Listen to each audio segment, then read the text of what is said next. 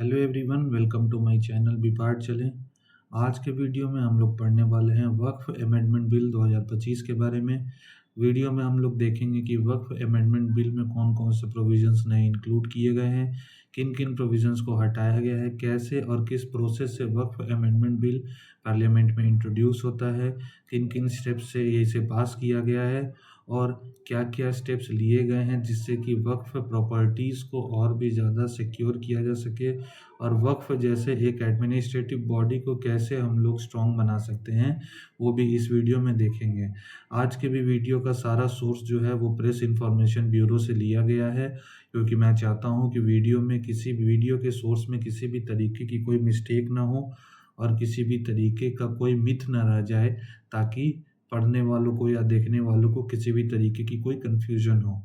तो वीडियो में बढ़ने से पहले मेरा आप लोगों से रिक्वेस्ट है कि आप लोग चैनल को सब्सक्राइब ज़रूर करें और वीडियो को लाइक और शेयर करना ना भूलें। बढ़ते हैं वीडियो की तरफ।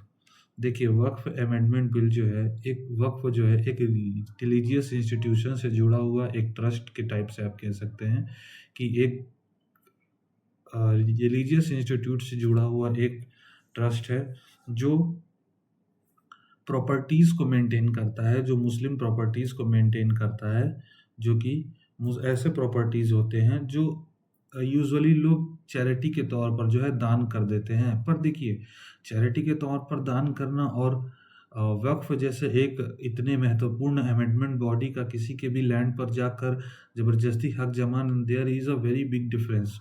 सो उस ही डिफरेंस को हम लोग यहाँ पर समझेंगे, कैसे उस चीज़ को ख़त्म किया गया और कैसे उस चीज़ से जो है निजात पाया। बहुत से मुसलमान ऐसे हैं जिनकी प्रॉपर्टीज़ पे वक्फ जो है ज़बरदस्ती आकर कब्ज़ा कर लेती है। बहुत से लोग ऐसे हैं जिनकी प्रॉपर्टीज़ को रातों रात वक्फ में ऐड कर दिया जाता है बिना किसी नोटिस के।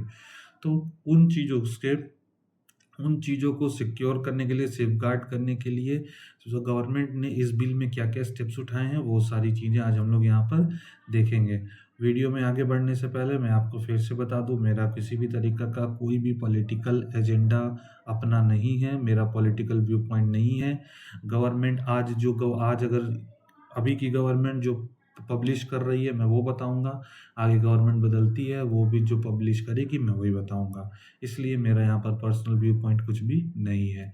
बढ़ते हैं हम लोग वीडियो की तरफ। देखिए, वक्फ अमेंडमेंट बिल जो है वो कैसे हम लोगों के लिए इम्पोर्टेंट हो जाता है, पहले उस चीज़ को समझ लेते हैं। देखिए, यहाँ पर सिंपली देखिए, यहाँ पर डेट समझा दिया गया है कि 8 अगस्त 2024 को 2 बिल पास किए गए हैं, ठीक है? 2 बिल यहाँ हम लोग देख सकते हैं, वक्फ में 2 बिल पास किए गए हैं। एक पास किया गया है वक्फ अमेंडमेंट बिल 2025 और एक पास किया गया है मुसलमान वक्फ रिपील बिल 2024। यानी एक बिल को पहले रिपील किया गया है, उसके बाद दूसरे बिल को जो है इंट्रोड्यूस करके उसे एक्ट बनाया गया है, ठीक है? देखिए, मुसलमान मुसलमान वक्फ बिल जो था, मुसलमान वक्फ एक्ट जो था, उसे पूरी तरीके से रिपील कर दिया गया और वक्फ एक्ट जो था, वक्फ एक्ट 1995 जो था, उससे उसमें जो है कुछ अमेंडमेंट्स किए गए हैं, कुछ चेंजेस किए गए हैं। जहाँ भी आपको अमेंडमेंट दिखेगा, आप याद रखिएगा कि वह एक पुराना बिल है, वह एक पुराना एक्ट है, एक पुराना कानून है, उसमें कुछ अमेंडमेंट किए जा रहे हैं। तो उन्हीं अमेंडमेंट्स के बारे में आज हम लोग यहाँ पर पढ़ेंगे। देखिए, इस अमेंडमेंट को जो है 8 अगस्त 2024 को जो है लोकसभा में जो है पेश किया गया था, with an aim to streamline the Waqf boards work and ensure the efficient management of Waqf properties. ठीक है, अब हमें यहाँ पर क्या देखने को मिल रहा है कि वक्फ बोर्ड के वर्क को स्ट्रीमलाइन करना है और efficient management of work properties. जैसा मैंने आपको पहले बता दिया कि वक्फ वक्फ के प्रॉपर्टीज़ की मैनेजमेंट बहुत ज़्यादा एफिशिएंट नहीं थी। किसी के भी ज़मीन को कभी भी कब्जा कर लेना, किसी के भी घरों को मतलब अपने मन मर्जी से उसे वक्फ की प्रॉपर्टी अनाउंस कर देना, ये चीज़ें सही नहीं है। ये कहीं न कहीं एक आम नागरिक के अधिकारों का हनन करती है। इसीलिए इन चीज़ों को बदलने के लिए जो है, इन एफिशिएंट मैनेजमेंट के लिए जो है वक्फ अमेंडमेंट बिल जो है लागू किया गया है। ठीक है, आगे हम लोग देखेंगे कि वक्फ अमेंडमेंट बिल के ऑब्जेक्टिव्स क्या-क्या हैं, किन ऑब्जेक्टिव्स के तौर पर हम लोगों ने वक्फ अमेंडमेंट बिल को इस बार लागू किया है। ठीक है, पहले हम लोग देख लेते हैं इसके अमेंडमेंट के बारे में। तो इसे अमेंड कौन से एक्ट को किया गया है? वक्फ एक्ट 1995 को अमेंड कर दिया गया है, ठीक है।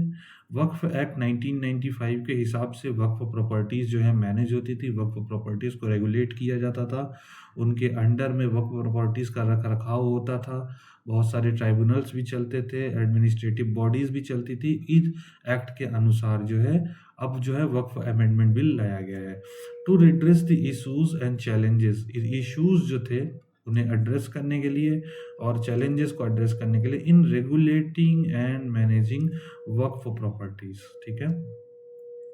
The amendment bill seeks to improve the administration and management of Waqf properties in India, ठीक है। अमेंडमेंट बिल क्या है? सीक करता है इम्प्रूव एडमिनिस्ट्रेशन एंड मैनेजमेंट। देखिए, जिस भी पार्ट में दिक्कत होती है एक एक्ट या एक अमेंडमेंट बिल द्वारा उसे ही चेंज किया जाता है। इससे हम लोग सीधा सीधा एक चीज़ पढ़ के समझ पा रहे हैं कि वक्फ के एडमिनिस्ट्रेशन और मैनेजमेंट में बहुत ज़्यादा प्रॉब्लम्स थे, ठीक है। बहुत सारे इश्यूज थे, बहुत सारे चैलेंजेस थे, जिसकी वजह से वक्फ प्रॉपर्टी का रेगुलेशन सही से नहीं हो पा रहा था। उसके रेगुलेशंस को सही करने के लिए, उसके एडमिनिस्ट्रेटिव और मैनेजमेंट मशीनरी को सही करने के लिए ही हम लोगों ने वक्फ अमेंडमेंट बिल लागू किया है। अब यहाँ पर हम लोगों का एम क्या है? Overcome the shortcomings of previous act. Previous act में जो जो भी कमियां थी उन्हें हमें दूर करना है। Enhance the efficiency of Waqf board. Waqf board के एफिशिएंसी को इनहेंस करना है by introducing changes such as renaming the act, ठीक है। देखिए, एफिशिएंसी कैसे इनहेंस करना है हमें? एफिशिएंसी कहीं ना कहीं रिपील होती है, ठीक है। किसी भी एक्ट के अगर एडमिनिस्ट्रेटिव मशीनरी या मैनेजमेंट बॉडी सही से ना काम करे तो उसके एफिशिएंसी पे सबसे बड़ा सवाल उठता है कि इज इट एफिशिएंट और नॉट, ठीक है। वक्फ अमेंडमेंट बिल जो है कहीं ना कहीं एक अमेंडमेंट, वक्फ एक एफिशिएंट बॉडी है, बट इसके मैनेजमेंट या रख रखाव में, प्रॉपर्टीज के रख रखाव में घोटाला जिस तरीके से देखा गया, उसके बाद जो है इसके मैनेजमेंट को बदलना बहुत ज़्यादा ज़रूरी था, ठीक है। वक्फ के डेफिनेशंस को भी चेंज किया गया और रजिस्ट्रेशन प्रोसेस जो होता है, जो लोग अपने ज़मीनों को, अपने लैंड को वक्फ के नाम करवाते हैं, उनके प्रोसेसेस को भी चेंज किया गया। Increasing the role of technology in managing waqf record. देखिए, increasing the role of technology हमारे ये GS2 के लिए इम्पोर्टेंट हो जाता है। देखिए, आज तक, अभी तक इस वक्फ अमेंडमेंट बिल 2025 के पहले तक जितने भी वक्फ प्रॉपर्टीज़ के रख रखाव होते थे, रिकॉर्ड्स होते थे, वो सारे रख रखाव जो है वो बुक्स में होते थे, ठीक है। उनका कोई भी डिजिटल मीडिया में, कोई भी डिजिटल फॉर्म में कोई रिकॉर्ड नहीं था। There was no digital form, ठीक है।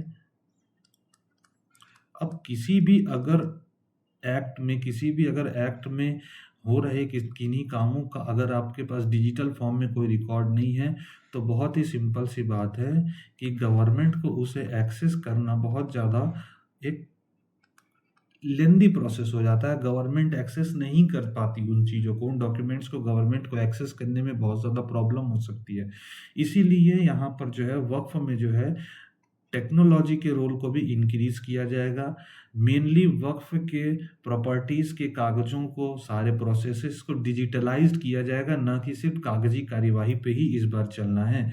इस बार जो है डिजिटल इंडिया का भी फायदा उठाया जाएगा। अब देखिए, सबसे पहला सवाल यहाँ पर उठता है कि what are the administrative body. अब एडमिनिस्ट्रेटिव बॉडीज कौन कौन सी होती हैं फॉर वक्फ मैनेजमेंट, या उनका रोल क्या होता है, ठीक है। हम यहाँ पर समझेंगे कि एडमिनिस्ट्रेटिव बॉडीज का कैसे रिस्पॉन्सिबल होती है वक्फ मैनेजमेंट के लिए और उनका रोल क्या क्या होता है, ठीक है। अब यहाँ पर सबसे पहले हम लोग देखेंगे कि वक्फ प्रॉपर्टीज जो है वो गवर्न किसके द्वारा होती है? वक्फ एक्ट 1995 द्वारा, ठीक है। वक्फ एक्ट 1995 द्वारा गवर्न होती है, regulated by the central government. Central government इसके अंडर में जो रेगुलेशन करती है। की administrative body involved in Waqf management include Waqf act of 1995। Waqf act 1995 जो है इसे रेगुलेट करती है। Enforce by central government, currently regulates Waqf properties, ठीक है। वक्फ के प्रॉपर्टीज को जो है रेगुलेट करती है। वक्फ एक्ट 1995। अब जान लेते हैं कि कौन कौन सी एडमिनिस्ट्रेटिव बॉडीज़ हैं जो वक्फ के प्रॉपर्टीज़ को जो है मैनेज करती हैं या वक्फ के एडमिनिस्ट्रेशन में हेल्प करती हैं। सबसे पहला आ जाता है सेंट्रल वक्फ काउंसिल। ठीक है, सेंट्रल वक्फ काउंसिल क्या करता है? It advises the government and state Waqf boards on policy but does not directly control Waqf properties. देखिए, इसका यहाँ पर जो है एडवाइजरी रोल है। जैसे आप लोग जानते हैं कि हमारे कॉन्स्टिट्यूशन में ऐसे बहुत सारे बॉडीज हैं जिनका एडवाइजरी रोल है। फॉर एग्जांपल आप फाइनेंस कमीशन ले लीजिए या इलेक्शन कमीशन ले लीजिए। इन सारी चीज़ों का जो है एक तरीके से जो है एडवाइजरी रोल है। तो यहाँ पर सेंट्रल वक्फ काउंसिल का भी जो है वो एडवाइजरी रोल है। ये क्या करती है? Advises the government and state Waqf board on policy के ऊपर एडवाइस कर सकती है but not directly control Waqf property. Central Waqf council के पास वक्फ के प्रॉपर्टीज को रेगुलेट करने का कोई भी अधिकार नहीं था। यह एक एडवाइजरी बॉडी है, यह सिर्फ एडवाइस कर सकती है स्टेट गवर्नमेंट को या सेंट्रल गवर्नमेंट को पॉलिसीज के ऊपर, बट यह प्रॉपर्टीज को रेगुलेट नहीं कर सकती। स्टेट वक्फ बोर्ड, अब स्टेट के अंडर में जो वक्फ बोर्ड आते हैं, यानी सेंट्रल वक्फ काउंसिल जो स्टेट वक्फ बोर्ड बनाता है, उस वक्फ बोर्ड के अंदर क्या होता है? Manage and protect Waqf properties in each state. ठीक है, अब यहाँ पर जो है, यानी हम लोगों ने क्या समझा? कंट्रोल किसके हाथ में है? वक्फ प्रॉपर्टीज का कंट्रोल किसके हाथ में है? State Waqf board. ठीक है, स्टेट वक्फ बोर्ड के हाथ में जो है वक्फ प्रॉपर्टीज का कंट्रोल है। उसके बाद आ जाते हैं वक्फ ट्राइब्यूनल। अब ट्राइब्यूनल्स का क्या यहाँ पर रोल होता है? ट्राइब्यूनल्स भारत में किस लिए बनाए जाते हैं? ट्राइब्यूनल्स इसलिए बनाए जाते हैं कि किसी एक पर्टिकुलर सब्जेक्ट के ऊपर, जैसे मान लीजिए कि हमारे सुप्रीम कोर्ट के जो चीफ जस्टिस हैं, सुप्रीम कोर्ट के जो चीफ जस्टिस हैं, अभी हमारे सुप्रीम B.R. गवई जी जो हमारे सुप्रीम कोर्ट के चीफ जस्टिस हैं, अब एक चीफ जस्टिस हर एक काम में तो एक्सपर्ट नहीं हो सकता ना। या तो वो क्रिमिनल में एक्सपर्ट हो सकता है या सिविल में एक्सपर्ट हो सकता है। हर एक काम में एक चीफ जस्टिस एक्सपर्ट नहीं हो सकता। अगर आप बैंकिंग लॉज के बारे में बात कर लें, अगर आप रोड के लॉज के बारे में बात कर लें, अगर आप इंश्योरेंस के लॉज के बारे में बात कर लें, तो हर एक लॉ के बारे में एक चीफ जस्टिस या कोई भी जज एक्सपर्ट नहीं हो सकता। तो एक एक्सपर्ट पैनल जो बैठता है किसी एक टॉपिक के ऊपर, उस पैनल को हम लोग ट्राइब्यूनल कहते हैं। ट्राइब्यूनल एक तरीके से जो है कोर्ट का ही काम करता है। यहाँ पर भी डिसीजन कोर्ट के अनुसार ही लिए जाते हैं। वक्फ ट्राइब्यूनल क्या है? Exclusive judicial body that handle dispute related to Waqf properties. ठीक है, वक्फ एक्ट 1995 से जुड़े हुए सारे लॉज के बारे में, सारे लॉज से रिलेटेड जो भी फैसले होते हैं वो वक्फ ट्राइब्यूनल में लिए जाते हैं। और यहाँ पर जो भी डिस्प्यूट होते हैं वक्फ से रिलेटेड, उनके लिए ही एक ही जुडिशियल बॉडी है, वो है वक्फ ट्राइब्यूनल। ठीक है, आगे अब हम लोग देखते हैं कि इश्यूज क्या क्या है वक्फ के साथ। देखिए, इश्यूज तो बहुत सारे हैं। वक्फ में इश्यूज नहीं होते तो अमेंडमेंट लाने की कोई ज़रूरत नहीं होती। किसी भी कानून में अगर अमेंडमेंट लाया जा रहा है तो आप ये समझेंगे कि उसमें कुछ ना कुछ इश्यूज तो आ रहे हैं। अगर इश्यूज नहीं आते तो अमेंडमेंट लाया नहीं जाता, और अमेंडमेंट लाना इसलिए ज़रूरी होता है कि उन इश्यूज को कहीं ना कहीं दूर किया जा सके। तो पहला इशू हम लोग देख लेते हैं क्या है। Irrevocability of Waqf properties. ठीक है, the principle of once a waqf always a waqf, यानी एक बार अगर आपकी प्रॉपर्टी वक्फ डिक्लेयर हो गई तो उसके बाद आप उसे किसी भी हाल में फिर वापस नहीं ले सकते। अगर स्टेट वक्फ बोर्ड जो होती है वो आपके प्रॉपर्टी को जो है आकर कल को कह दे कि ये है वक्फ, ठीक है, इसे आकर कह दे कि ये वक्फ प्रॉपर्टी है, तो वो वंस वक्फ ऑलवेज वक्फ वाली बात हो जाएगी कि वो वक्फ हो गया तो हो गया, वो अब बदल नहीं सकता।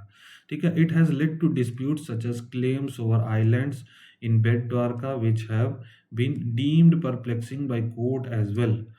ठीक है, बात सिर्फ बेट द्वारका की ही नहीं है, यहाँ पर लिखा हुआ है बेट द्वारका, पर कहीं भी भारत के किसी भी क्षेत्र में अगर किसी वक्त अगर स्टेट वक्फ बोर्ड जो है वो आकर कल को कह दे कि this property belongs to Waqf, this property this, ऐसे ये लिख जाते हैं घरों के दीवार पर, ठीक है।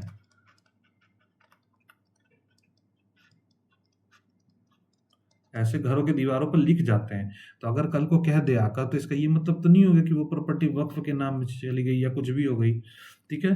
तो इस चीज को दूर करने के लिए जो है अमेंडमेंट जरूरी था। अब देख लेते हैं कि लीगल डिस्प्यूट्स क्या कहते हैं, क्योंकि बिना लीगल डिस्प्यूट के तो हो नहीं सकता कुछ भी, ठीक है। The Waqf Amendment Bill 2013 and its 2013 amendment have not been effective. अब प्रॉब्लम्स क्या क्या थे उसमें, illegal occupation of Waqf land, जो मैंने यहाँ पर बताया कि किसी के भी घर के बाहर आकर उसके घरों पर लिख जाना कि this property belongs to the waqf, इसका ये मतलब नहीं होता है कि वक्फ में चली गई। अगर मान लेते हैं कि मेरे पास किसी जमीन का ये मेरा लैंड है, ठीक है, इसका मेरे पास पेपर्स नहीं है, पेपर्स प्रॉपर पेपर अवेलेबल नहीं है, तो उसमें गवर्नमेंट का क्या रोल होना चाहिए, गवर्नमेंट का रोल होना चाहिए कि मेरे उस ज़मीन के साइज़ को बराबर माप के, साइज़ को बराबर म्यूनसिपाल्टी में डिक्लेयर करके उस पेपर को जो है मेरे लिए पेपर तैयार करके जीआईएस से हो चाहे जिससे भी हो मुझे पेपर तैयार करके दे। बट जिसके पास पेपर नहीं है उसके लैंड को इलीगली ऑक्यूपाई करना, this is not fair. Illegal occupation बहुत ज़्यादा थी वक्फ में, तो वही यहाँ पर दिखाया गया है कि illegal occupation of Waqf land बहुत बड़ा, and the mismanagement and ownership dispute, ठीक है। मिसमैनेजमेंट बहुत ज़्यादा था, वक्फ की प्रॉपर्टी उठाकर बेच दी जा रही है, उसका कोई रिकॉर्ड नहीं है, ज़मीन कहीं इधर से उधर हो जा रहे हैं, कितने ज़मीन जुड़े कितने ज़मीन नहीं जुड़े उनका कोई प्रॉपर रिकॉर्ड नहीं है। ओनरशिप डिस्प्यूट बहुत ज़्यादा है कि कल को कोई और ओनर है, आज कोई और ओनर बन गया, ये सारे ओनरशिप डिस्प्यूट्स इसमें बहुत ज़्यादा थे। Delays in property registration and सर्वे, जो प्रॉपर्टीज़ जुड़ रही हैं, जो प्रॉपर्टीज़ वक्फ में जोड़ी जा रही हैं उनमें डीले बहुत ज़्यादा था, डीले हो रहा है, सर्वे नहीं हो रहा है। देखिए सर्वे नहीं होगा तो क्या होगा, आपकी प्रॉपर्टी वक्फ के अंडर में आएगी नहीं। अब प्रॉपर्टी वक्फ के अंडर में जब आएगी नहीं जब तक, तब तक आप उसके ऊपर आप सवाल भी नहीं उठा सकते ट्राइब्यूनल में जाके कि सर हाँ ये इलीगली क्लेम किया हुआ प्रॉपर्टी है। तो इसीलिए इन चीज़ों को टलना बहुत ज़्यादा ज़रूरी था। Large scale litigation cases and complaints to the ministry, large scale litigation, Waqf tribunal में इतने ज़्यादा केसेस आने लगे, इतने ज़्यादा केसेस आने लगे जिससे ये सिंपल तरीके से ही दिख रहा था कि यहाँ पर वक्फ से रिलेटेड बहुत ज़्यादा मिसमैनेजमेंट हो रहा है, बहुत ज़्यादा ही कुछ एडमिनिस्ट्रेटिव फेलियर यहाँ पर हो रहे हैं, जिनकी वजह से जो है वक्फ अमेंडमेंट बिल लाना बहुत ज़रूरी है। प्लस कंप्लेंट भी बहुत ज़्यादा बढ़ रहे थे मिनिस्ट्री में। अब देखिए ये मिनिस्ट्री में जो है वक्फ के कंप्लेन इतने ज़्यादा बढ़ने लगे और उसके वजह से जो है हमें यहाँ पर वक्फ अमेंडमेंट बिल लाना पड़ा, ठीक है। अब देखिए वक्फ में प्रॉब्लम एक ये भी था कि डिसीजन बाय वक्फ ट्राइब्यूनल, अब हमारे कॉमन ट्राइब्यूनल जो होते हैं, हम मान लीजिए किसी एक ट्राइब्यूनल ने आपको इनकम टैक्स के ट्राइब्यूनल ने आपको कोई एक फैसला दे दिया, उसके बाद आपको वो फैसला अच्छा नहीं लगा, आपने हाई कोर्ट में अपील कर दिया, उसके बाद आपको वो भी नहीं अच्छा लगा तो आपने सुप्रीम कोर्ट में अपील कर दिया, ठीक है। पर in case of Waqf tribunal आप आगे हायर कोर्ट में जो है चैलेंज नहीं कर सकते, दिस इज़ नॉट एप्लीकेबल। एक बार फैसला आ गया वक्फ ट्राइब्यूनल से तो वही फैसला मान्य हो जाएगा। इससे होता क्या, this reduces transparency and accountability in waqf management, ठीक है। अगर कोई ज़मीन ऐसी भी होती है जिसके ऊपर एक पॉजिटिव डिसीजन आ सकता है और वक्फ ट्राइब्यूनल ने उस पॉजिटिव डिसीजन को नहीं दिया, हो सकता है कि वो आगे के हायर कोर्ट्स में एक पॉजिटिव डिसीजन आ सकता है, पर प्रॉब्लम ये है कि हम लोग आगे बढ़ा नहीं सकते कोर्ट में, तो आएगा कैसे। तो उसकी वजह से होता क्या था, जुडिशरी के रोल में जो है ट्रांसपेरेंसी और अकाउंटेबिलिटी नहीं रह जाती थी, ठीक है। देख लेते हैं आगे आगे हम लोग पढ़ेंगे सर्वे के बारे में, ठीक है। Survey commissioners work has been poor, यानी यहाँ पर देखिए, यहाँ पर मेनली हम लोग अब एडमिनिस्ट्रेटिव फेलियर के बारे में पढ़ेंगे कि एडमिनिस्ट्रेटिव फेलियर कितने हुए हैं, ठीक है। Survey commissioners work has been poor leading to delay. Survey commissioner का वर्क बहुत खराब था, डीले बहुत ज़्यादा था in states like Gujarat and Uttarakhand. Surveys have not yet begun, यानी प्रॉपर्टी सिर्फ जा रही हैं वक्फ में, ना उनका सर्वे हो रहा है, ना उन्हें नामांकन, ना उनका नामांकन हो रहा है, कुछ भी नहीं हो रहा है, सिर्फ प्रॉपर्टीज जा रही हैं। इलीगली प्रॉपर्टीज सिर्फ वक्फ में ऐड हो रही हैं। उत्तर प्रदेश में a survey ordered in 2014 is still pending. Uttar Pradesh जैसे स्टेट में वक्फ की प्रॉपर्टीज के 2014 के भी ऑर्डर अभी तक, सर्वे के ऑर्डर अभी भी पेंडिंग पड़े हुए हैं। Lack of expertise and poor coordination, आपने ऊपर ही पढ़ा अभी कि टेक्नोलॉजी को भी जोड़ा जाएगा, टेक्नोलॉजी न जुड़ने के बाद वजह से जो है एक्सपर्टाइज में जो है यहाँ पर बहुत ज़्यादा लैक देखा गया है, और poor coordination with the revenue department have slow this registration process. देखिए, आप दुनिया का कोई भी एक्ट उठा लीजिए, दुनिया का कोई भी कानून उठा लीजिए, उस एक्ट या उस कानून में एडमिनिस्ट्रेटिव फेलियर बहुत बड़ा रोल अदा करता है। ठीक है, आप आज इलीगल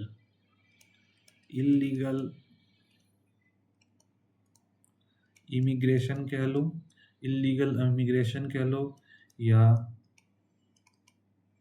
रोहिंग्या कह लो, या कुछ भी कह लो, ये सब जो आकर हमारे देश में, ये सब जो आके हमारे देश में आधार बनवा लेते हैं, वोटर कार्ड बनवा लेते हैं, ये कैसे बनवा लेते हैं, इनके लिए पॉसिबल कैसे हो जाता है? This is totally N administrative failure. ठीक है, ये टोटल एक एडमिनिस्ट्रेटिव फेलियर है। हमारा एडमिनिस्ट्रेशन या हमारा सिस्टम इतना ही कमज़ोर है कि कोई किसी की ज़मीन हड़प ले जा रहा है, लेकिन हमें पता नहीं चल रहा है कि कौन हड़प ले गया।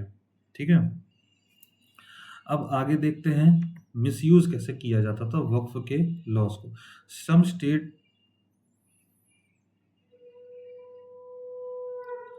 State Waqf board have misused their power leading to community tensions. ठीक है, वक्फ बोर्ड जो है अपने पावर का मिसयूज करती है। Section 40 of the waqf act has been widely misused to declare private properties as waqf. देखिए, मेरी बात सामने आ गई। Properties causing legal battles and unrest. ठीक है, सेक्शन 40 को जो है स्पेशली बहुत ज़्यादा मिसयूज़ किया गया है, और इसका मिसयूज़ करके जो है सीधे सीधे प्राइवेट प्रॉपर्टीज़ को जो है वक्फ के लैंड में जो है ऐड कर दिया गया, waqf as a waqf property add कर दिया गया। अगर मेरे घर के बाहर कल को कोई लिख के चला जाए कि ये वक्फ की प्रॉपर्टी है, तो वो तो बहुत बड़ी बात हो जाएगी। इसलिए सेक्शन 40 का मिसयूज़ बहुत ज़्यादा आ रहा था। As per information, out of 30 states, data was given only by 8 states where 515 properties have been declared as Waqf under 40, section 40। ठीक है, मिसयूज यहाँ पर बहुत ज़्यादा है। ठीक है, अब कॉन्स्टिट्यूशनल वैलिडिटी देख लेते हैं। Waqf act applies only to one religion where no similar law exist for other. ठीक है, अदर किसी भी रिलीजन में ऐसा कोई एक्ट नहीं है जिससे प्रॉपर्टी को हड़प कर लिया जाए। A PIL has been filed in Delhi high court questioning whether the Waqf is constitutional. Delhi high court has asked the central government to respond to this issue. ठीक है, आगे पढ़ेंगे हम लोग नेक्स्ट क्वेश्चन। नेक्स्ट क्वेश्चन में यहाँ पर दिया हुआ है कि what steps and stakeholder consultations were undertaken by ministry before introducing the bill। ठीक है, अब सीधे सीधे आप लोग देख रहे हैं कि वक्फ का एक रिलेशन जो है वो एक सर्टेन रिलीजियन से, वो इस्लामिक रिलीजियन से है। मुसलमानों के हक में यहाँ पर बात हो रही है, तो मिनिस्ट्री ऑफ माइनॉरिटी अफेयर का यहाँ पर बहुत बड़ा रोल बन जाता है, क्योंकि मिनिस्ट्री ऑफ माइनॉरिटी अफेयर्स ही सारे सर्वेस करेगी बिल में क्या क्या चेंजेस लाने हैं, और ये वही लोग तय कर सकते हैं, क्योंकि माइनॉरिटी का मामला है, तो माइनॉरिटी अफेयर्स ही जो है सब कुछ यहाँ पर काम करेगी। तो ministry of minority affairs consulted various stakeholders with inter alia includes report of Sachar committee. Sachar committee के रिपोर्ट को उठाया गया। Concern raise by public representatives के भी कंसर्न को लिया गया। Media and general public regarding mismanagement, media और जनरल पब्लिक के भी बातों को रखा गया। Misuse of power of Waqf act and underutilization of Waqf properties by Waqf institution. The ministry also consulted with state Waqf board. सबसे बड़ा फेलियर यहाँ पर जो है वो बोर्ड का ही है। किसी भी इंडिविजुअल का या किसी ग्रुप ऑफ एडमिनिस्ट्रेटर्स का यहाँ पर फेलियर नहीं है, ये सबसे बड़ा फेलियर है यहाँ पर बोर्ड का। बोर्ड के रेगुलेशन और मिसमैनेजमेंट का सबसे बड़ा फेलियर है, ठीक है। इसीलिए जो है रिपोर्ट्स मंगाए गए, क्या क्या रिपोर्ट्स मंगाए गए, 4 कमेटी के रिपोर्ट्स, पब्लिक रिप्रेजेंटेटिव्स के रिपोर्ट मंगाए गए। पब्लिक रिप्रेजेंटेटिव जैसे हमारे एमएलए हुए, एमपी हुए, ये सब हमारे पब्लिक रिप्रेजेंटेटिव्स हैं। पब्लिक रिप्रेजेंटेटिव्स कौन कौन होते हैं, हमारे एमएलए हो गए या एमपी हो गए या कॉरपोरेटर हो गए या हमारे हो गए आपके मेयर हो गए। ये सब पब्लिक रिप्रेजेंटेटिव्स हैं, इनके कंसर्न्स को भी लिया गया। जनरल पब्लिक के कंसर्न्स को भी लिया गया और मिसयूज़ को भी जो है, जो इंस्टीट्यूशंस मिसयूज़ कर रहे थे, अंडर यूटिलाइज कर रहे थे वक्फ प्रॉपर्टीज़ को, उसे भी कंसर्न में लिया गया। The ministry initiated the process of review of provisions of Waqf Act and had consultations with stakeholders. 2 meetings were conducted in Lucknow. 2 meetings हुई हैं लखनऊ में वक्फ को लेकर। The consensus was emerged to make suitable amendment. अब हमने समझ लिया कि हमें अमेंडमेंट करना है। देखिए, मीटिंग हो गई, कंसल्टेशंस हो गई, तो हमें जो है वक्फ के अमेंडमेंट को करना है, ठीक है।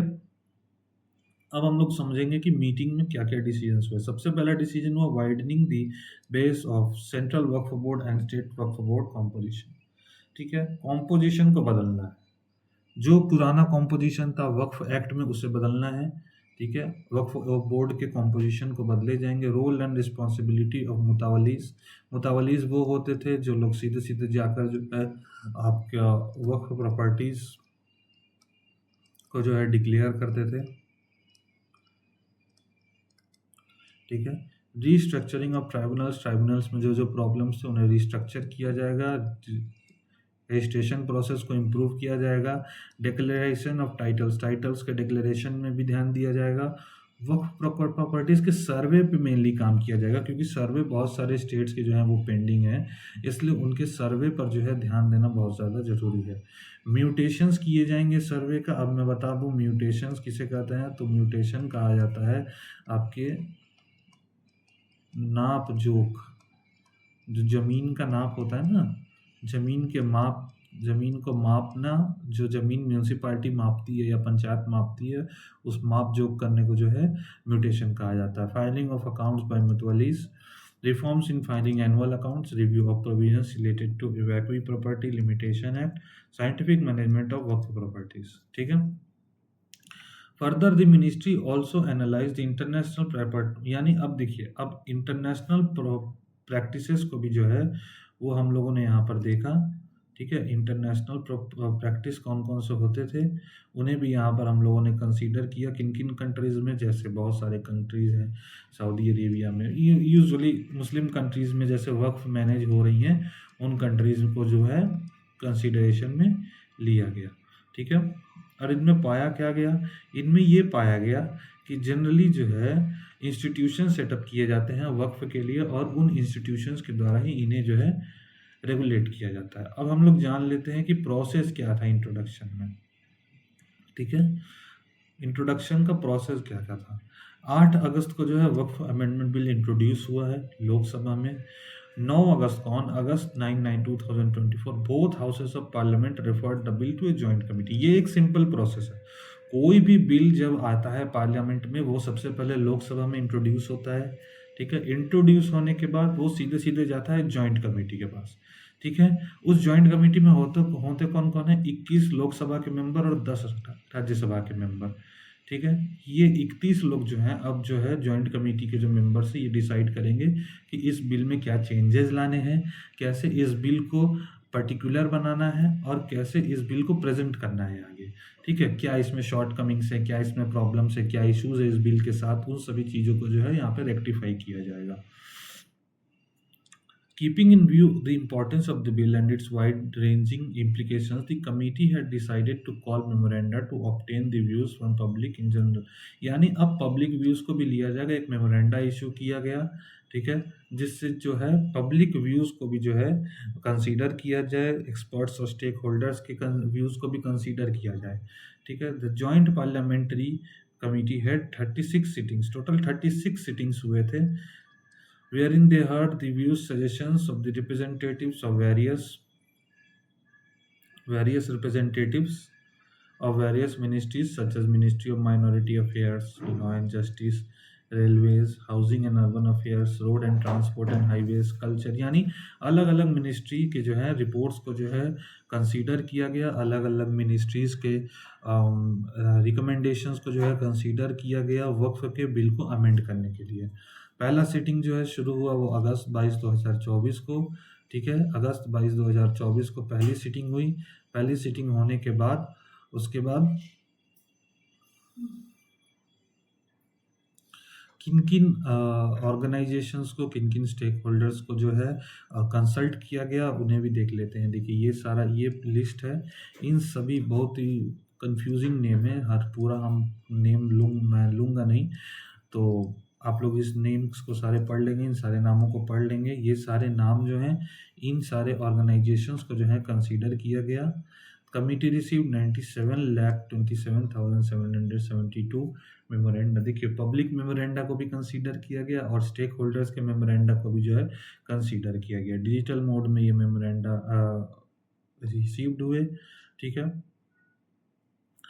अलग अलग शहरों में जो है कमिटी ने विजिट भी किया अलग अलग इश्यूज़ को जानने के लिए कि वक्फ प्रॉपर्टीज़ के क्या इश्यूज़ है, क्या इश्यूज़ बढ़ रहे हैं, प्रॉपर्टीज़ क्यों नहीं रेगुलेट की जा रही, सर्वे क्यों नहीं हो रहे हैं, इन सारी चीज़ों को जो है रेगुलेट किया गया, ठीक है। 10 शहरों में जो है विजिट किए गए, जिसमें मुंबई है, अहमदाबाद है, हैदराबाद, चेन्नई, बेंगलुरु, गुवाहाटी, भुवनेश्वर, पटना, कोलकाता, लखनऊ, इन सारे शहरों में जो है जाकर वक्फ प्रॉपर्टीज़ का व्यू पॉइंट समझा गया। अब हम लोग जान लेते हैं कि कितने वक्फ बोर्ड, कितने स्टेट्स के वक्फ बोर्ड को जो है कंसल्ट किया गया। 25 स्टेट, जिनमें से 7 इन दिल्ली और 18 ड्यूरिंग विजिट, इनमें डिस्कशन किया गया। अब देखिए जब जॉइंट कमेटी का रिपोर्ट कंसिडरेशन हो जाता है उसके बाद क्या होता है, क्लॉज बाय क्लॉज कंसिडरेशन होता है। 37 सिटिंग 27 जनवरी 2025 को हुआ। The amendments move by the members are put to vote and adopted by majority vote, ठीक है। मेजॉरिटी वोट के साथ जो है अमेंडमेंट को जो है अडॉप्ट कर लिया गया। The adoption draft report and authorise the chairperson to present the report on their behalf. 38 sitting जो है 29 जनवरी 2025 को हुई, ठीक है। उसके बाद 13 फरवरी को जो है लोकसभा स्पीकर के सामने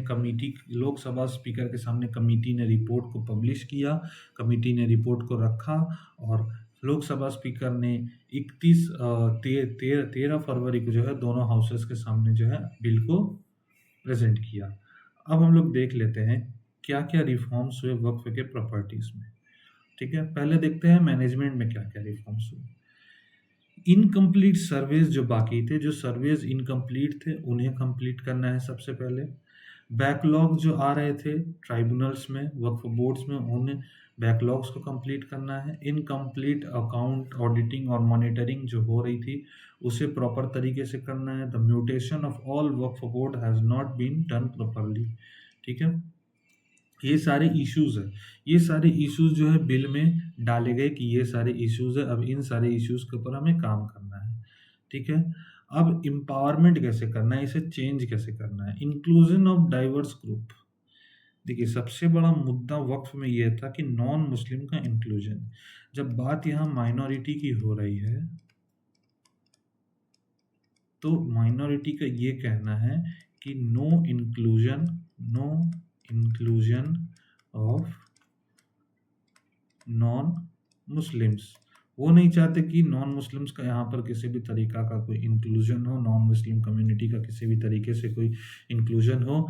अब other backward classes among Muslims and women ETC in the decision making to enhance representation and efficiency, ठीक है। मुस्लिम्स में भी ओबीसी और वुमेन्स को भी जो है एडिट किया जाए और नॉन मुस्लिम्स को भी एडिट किया जाए। अब मुस्लिम कम्युनिटी के ओबीसीज को ऐड करने में प्रॉब्लम नहीं थी, वुमेन्स को ऐड करने में प्रॉब्लम नहीं थी, प्रॉब्लम था नॉन मुस्लिम्स को ऐड करना, क्योंकि ये कहीं ना कहीं एक तरीके से अनकॉन्स्टिट्यूशनल प्रोसेस हो जाता है। क्योंकि बोर्ड ही जब माइनॉरिटी का है, जब काम ही माइनॉरिटी के लिए हो रहा है, तो कहीं ना कहीं माइनॉरिटी का होना ही यहाँ पर ज़्यादा, लेकिन पार्शियलिटी ना हो, एक तरीके से बाउंड होके काम ना करे बोर्ड, इसीलिए जो है नॉन मुस्लिम्स को जो है ऐड करना ज़रूरी था। अब एफिशिएंसी कैसे बढ़ाई जा सकती है? A digital portal and database will automate Waqf registration. Waqf registration अब कागज़ों पर नहीं होंगे, बुक में नहीं होंगे, अब सीधे डिजिटल पोर्टल और डाटाबेस पर होंगे। सर्वे भी डिजिटली होगा, mutation, audits, leasing and litigation, ensuring scientific, efficient and transparent governance. ठीक है। अब डेवलपमेंट क्या है? आफाक के डेवलपमेंट को जान लेते हैं। Portal based life cycle management will streamline administration. Section 65 mandates Waqf boards to submit reports on management and income improvements within 6 months ensuring timely action। ठीक है। सर्वे को 6 महीने के अंदर पूरा पूरा करना है। सेक्शन 32 सबसेक्शन 4 क्या कहता है? Allows Waqf board to develop Waqf lands into educational institutions. Educational institution में आप बदल सकते हैं, शॉपिंग सेंटर्स में बदल सकते हैं, मार्केट्स में बदल सकते हैं, या हाउसिंग में बदल सकते हैं by taking over properties from mutawallis when necessary. ठीक है। वक्फ की प्रॉपर्टी को प्राइवेट प्रॉपर्टी नहीं बना सकती बोर्ड। ठीक है। उसे किसी अच्छे कामों में लगाना है, उसे एजुकेशनल इंस्टीट्यूशन बनाना है, शॉपिंग सेंटर बनाइए, मार्केट बनाइए, हाउसिंग प्रॉपर्टी बनाइए, पर पर्सनल यूज़ के लिए उस प्रॉपर्टी का यूज़ नहीं करना है। अब देख लेते हैं कि डिफरेंस क्या क्या है दोनों बिलों में। ठीक है। नेम में सबसे पहला डिफरेंस आ गया, पुराना नाम था वक्फ एक्ट 1995, नया नाम दे दिया गया unified Waqf management empowerment efficiency and development act 1995। Formation कैसे हुआ था? अलाउड बाय डिक्लेरेशन यूजर और एंडाउमेंट, वक्फ अलाल औलाद, रिमूव्स वक्फ बाय यूजर। ठीक है। वक्फ नाम हटा दिया गया, ओनली डिक्लेरेशन और एंडाउमेंट अलाउड। ठीक है। Donors must be practising Muslims for 5 years, cannot deny female inheritance. ठीक है। अपने आप जाकर जो है वक्फ की जमीन को जो है वो लोग लिख जाते थे ना कि दिस प्रॉपर्टी बिलोंग्स टू वक्फ, वो चीज़ हटा दिया गया है। ठीक। अब कोई खुद से डिक्लेयर कर दे या खुद से दान कर दे तो ठीक है वक्फ में। ठीक है। और ऐसे ही लोग वक्फ बन सकते हैं, अपनी ज़मीन को वक्फ बना सकते हैं, जो कम से कम 5 साल के लिए मुस्लिम हो, 5 साल से मुस्लिम धर्म को जो है प्रैक्टिस कर रहे हो। पहले गवर्नमेंट प्रॉपर्टी एज वक्फ का कोई प्रोविजन नहीं था, अब जो है government properties identified as waqf cease to be waqf. किसी भी तरीके की गवर्नमेंट प्रॉपर्टीज जो है जिससे वक्फ बोर्ड कहता था कि ये वक्फ की प्रॉपर्टी है, वो वक्फ की प्रॉपर्टीज नहीं रह जाएगी। Disputes resolve by the collector who reports to the state. ठीक है। अब पहले क्या था?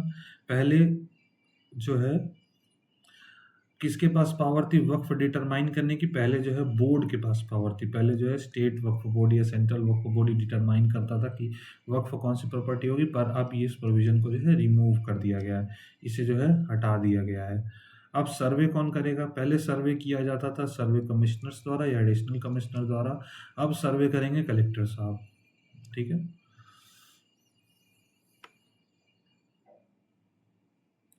आगे देख लेते हैं सेंट्रल वक्फ काउंसिल। पहले क्या था system? All members had to be Muslims including 2 women. अब क्या सिस्टम किया गया? It includes 2 non Muslims, MPs या फॉर्मर जजेस भी हो सकते हैं या एमिनेंट पर्सन्स हो सकते हैं, need not to be Muslims. MP हो सकता है या फॉर्मर जजेस हो सकते हैं या एमिनेंट पर्सन्स हो सकते हैं, मुस्लिम होना कोई ज़रूरी नहीं है। Following members must be Muslims, representatives of Muslim organisation. अब उसमें जो रिप्रेजेंटेटिव होंगे मुस्लिम ऑर्गेनाइजेशन के वो मुस्लिम होने चाहिए। स्कॉलर्स मुस्लिम होंगे इस्लामिक लॉ के। चेयरपर्सन भी मुस्लिम होंगे। Of the Muslim members 2 members must be women. और 2 मेंबर जो वुमेन वाला सिस्टम था वो 2 मेंबर ही रहेगा। अब स्टेट वक्फ बोर्ड में क्या? Up to 2 elected Muslim MP, MLA, bar council members, at least 2 women. ठीक है।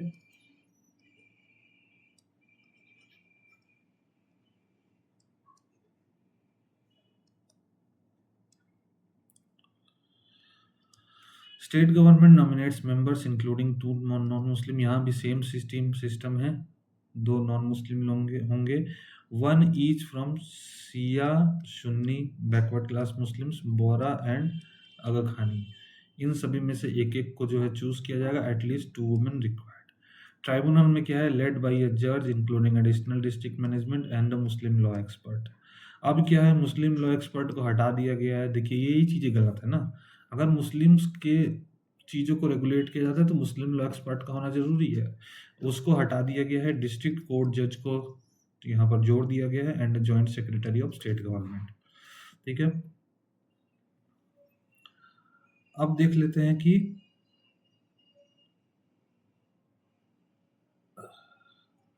अपील कैसे हो सकता है। High court intervention only under special circumstances. पहले सिर्फ स्पेशल सर्कमस्टांसेस पे ही हाई कोर्ट का जो कहते हैं कि इंटरवेंशन अलाउड था, पर अब जो है हाई कोर्ट की इंटरवेंशन को अलाउ कर दिया गया है। 90 दिन के अंदर आपको हाई कोर्ट में आप अपील कर सकते हैं। सेंट्रल गवर्नमेंट के पावर्स क्या कहते हैं, स्टेट गवर्नमेंट को ऑडिट वक्फ अकाउंट एनी टाइम। अब उसके बाद क्या किया गया है, सेंट्रल गवर्नमेंट को एम्पावर कर दिया गया है वक्फ रजिस्ट्रेशन के लिए, अकाउंट्स के लिए और ऑडिट्स के लिए। ठीक है, इसमें ऑफिस कौन सी होती है, designated office CAG. Separate waqf board for sect, separate board for Shia and Sunni, Shia waqf 15%, ये सब हटा दिया गया है। अब सिर्फ सिया और सुन्नी ही वक्फ बोर्ड के जो है कि रेगुलेटर्स नहीं होंगे, उसमें बोहरा और अलखानी मुस्लिम्स भी जो हैं वो भी जो है अब जो है उन्हें भी जो है अलाउ कर दिया गया है। की रिफॉर्म्स क्या क्या जो है अमेंडमेंट में इशू किए गए हैं वो देख लेते हैं। Separation of trust from work, Muslim created trust under any law will not be longer considered work, ensuring full control over trust. ठीक है, जो भी ट्रस्टीज जो होते थे, जो लोग ट्रस्ट अपने लैंड्स को जो है वक्फ प्रॉपर्टी डिक्लेयर करके टैक्सेशन से बचते थे, अब वो लोग वक्फ अपने ज़मीनों को जो है वक्फ कंसीडर नहीं कर पाएंगे। ठीक है, technology and central portal, A centralised portal will automate Waqf property management including registration, audits, contributions, and litigation, ensuring efficiency and transparency. This also efficiently utilizes technology for the automation of work management. ठीक है, eligibility क्या होनी चाहिए, कम से कम 5 साल से वह आदमी जो है मुसलमान यानी इस्लाम धर्म को प्रैक्टिस कर रहा हो, can dedicate their property to work for restoring the pre 2013 provision. ठीक है, protection of Waqf by user, यानी बिना मतलब का जो लोग आके वक्फ कह के ज़मीन हड़पते थे उन वो चीज़ बंद हो जाएगी। ऑलरेडी रजिस्टर्ड प्रॉपर्टीज रिमेन वक्फ अनलेस डिस्प्यूटेड और आइडेंटिफाइड एज गवर्नमेंट लैंड। ठीक है, जो ऑलरेडी हो चुके रजिस्ट्रेशन वो सारे वक्फ ही रहेंगे। अगर उनका डिस्प्यूट चल रहा है, अगर ट्राइब्यूनल में डिस्प्यूट चल रहा है तो वो अलग होंगे, पर जो हो चुके हैं वो हो चुके हैं। Women rights in families, women must receive the rightful inheritance before waqf dedication. Women को उसका राइटफुल अधिकार मिलना चाहिए with special provisions for widows, divorce women and orphans. Transparent waqf management, mutawallis must registered property detail central portal within 6 months to enhance accountability. 6 महीने के अंतर जो है प्रॉपर्टी डिटेल्स का रजिस्ट्रेशन करना ज़रूरी है। An officer above the rank of collector will investigate government properties claimed at waqf. ठीक है, प्रॉपर्टीज का इन्वेस्टिगेशन कौन करेंगे, कलेक्टर साहब करेंगे हमारे। Strengthening Waqf tribunal, A structured selection process and fixed tenure ensures stability and efficiency in dispute resolution। ठीक है, 2 नॉन मुस्लिम मेंबर्स का ऐड कर दिया गया है सेंट्रल और स्टेट वक्फ बोर्ड में। एनुअल कंट्रीब्यूशन जो है 7 से घटाकर 5 कर दिया गया है, जो मैंडेटरी कंट्रीब्यूशन था। Application to the limitation act को भी लागू कर दिया गया है। On annual audit reforms, Waqf institution earning over 1 lakh must undergo audits by state government. मोटा मोटी 1 लाख से ज़्यादा अगर जो वक्फ कमा रही है उसे जो है ऑडिट करवाना बहुत ज़्यादा ज़रूरी हो गया है। ठीक है,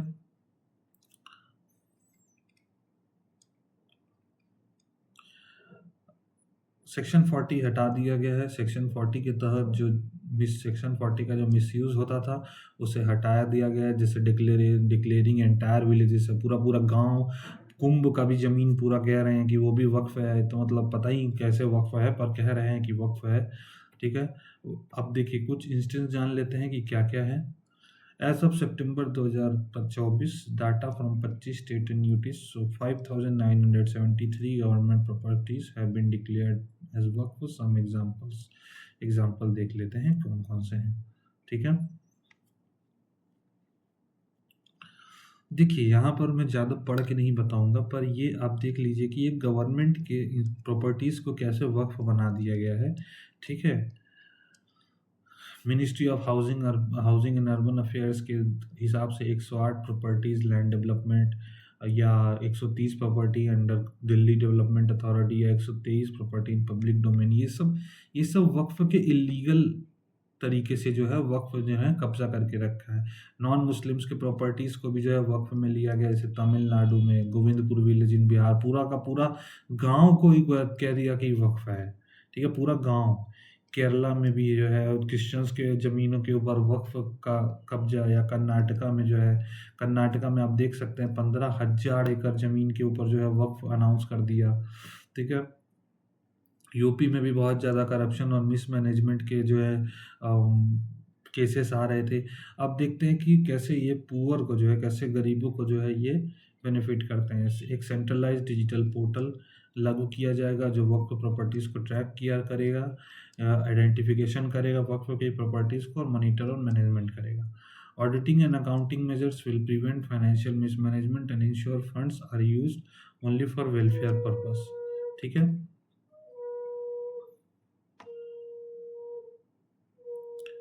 increase revenue for welfare department, ये सारा आप पढ़ लेंगे, ये सारा कोई ज़रूरी है नहीं उतना ज़्यादा, ठीक है। कैसे, आप देखिए यहाँ पर दिया हुआ, how does the inclusion of non Muslim members in the waqf award and central Waqf council contribute to waqf management and what is the extent of their role, कैसे उनका रोल है। देखिए, non Muslim stakeholders, donors, litigants, lessees and tenants are involve in waqf management, making their representation in waqf board and central Waqf council essential for fairness, ठीक है। जैसे मान लीजिए कि कोई हिंदू ऑर्गेनाइजेशन है, उसमें 2 मुस्लिम मेंबर्स को नॉन मेंबर्स बना दिया गया, नॉन हिंदू स्टेक होल्डर्स के तहत पर उन्हें रख दिया गया, तो कहीं ना कहीं वो पार्शियलिटी नहीं करेंगे।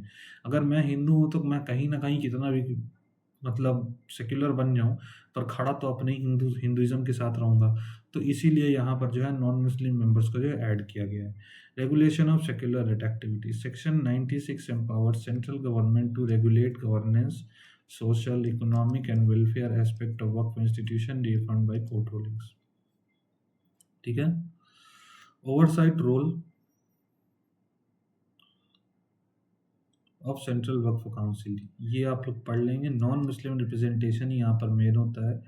स्टेट वक्फ बोर्ड में 2 आउट ऑफ 11 मेंबर्स, यानी स्टेट वक्फ बोर्ड में टोटल 11 मेंबर होते हैं, ठीक है। उसमें से एक्स ऑफिशियो को हटा दो, यानी चेयरमैन को हटा दो, तो उसमें 2 जो है वो नॉन मुस्लिम मेंबर होंगे।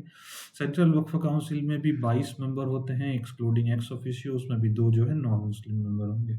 While decisions are made by majority vote, non-Muslim members can contribute administrative and technical expertise, improving the efficiency and governance of Waqf institution. Non-Muslim members में का जो है वोट पे तो कोई खास असर पड़ेगा नहीं, पर उन्हें इसलिए सिर्फ रखा गया है ताकि वो एडमिनिस्ट्रेटिव और टेक्निकल एक्सपर्टीज में जो है एक सहायता कर सकें, ठीक है। तो ये हुआ हम लोगों का वक्फ अमेंडमेंट एक्ट, ठीक है। ये सारा वक्फ अमेंडमेंट एक्ट का डॉक्यूमेंट जो है आपको PIB से भी मिल सकता है, प्रेस इंफॉर्मेशन ब्यूरो से भी आप इसे डाउनलोड कर सकते हैं, या फिर अगर आपको ये PDF चाहिए तो आप मुझे टेलीग्राम पर जो है टेक्स्ट कर सकते हैं। टेलीग्राम मेरा हैंडल है STTP मिश्रा जी, आप मुझे टेक्स्ट कर सकते हैं, वहाँ पर मैं आपको PDF प्रोवाइड करा दूंगा, या फिर आप मुझे मेल भी कर सकते हैं। मेल ID मैं डिस्क्रिप्शन में दे दूंगा, आप लोग वहाँ से मुझे मेल कर सकते हैं।